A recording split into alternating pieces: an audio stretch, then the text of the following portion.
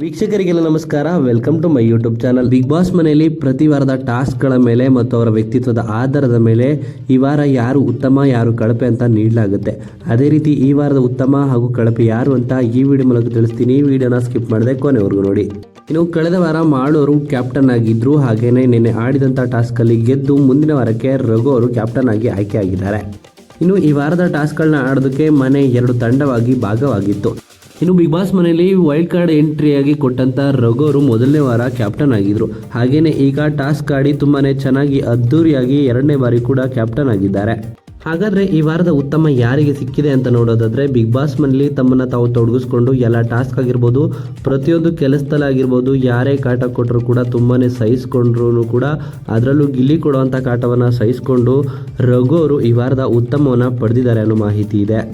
ಇನ್ನು ಕಳಪೆ ಯಾರಿಗೆ ಹೋಗಿದೆ ಅಂತ ನಿಮ್ಗೆ ಈಗಾಗಲೇ ಗೊತ್ತಾಗಿದೆ ಅನ್ಕೊಳ್ತೀನಿ. ಯಾಕಂದ್ರೆ ಬಿಗ್ ಬಾಸ್ ಮನೆಯಲ್ಲಿ ರಕ್ಷಿತಾ ಒಬ್ಬಂಟಿಯಾಗಿ ಈ ವಾರ ಆಟವನ್ನು ಆಡಿದ್ರು.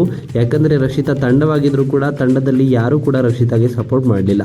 ಇಡೀ ತಂಡವೇ ರಕ್ಷಿತಾವನ್ನ ಹೊರಗಡೆ ಇಟ್ಟಂತೆ ಕಾಣ್ತಿತ್ತು.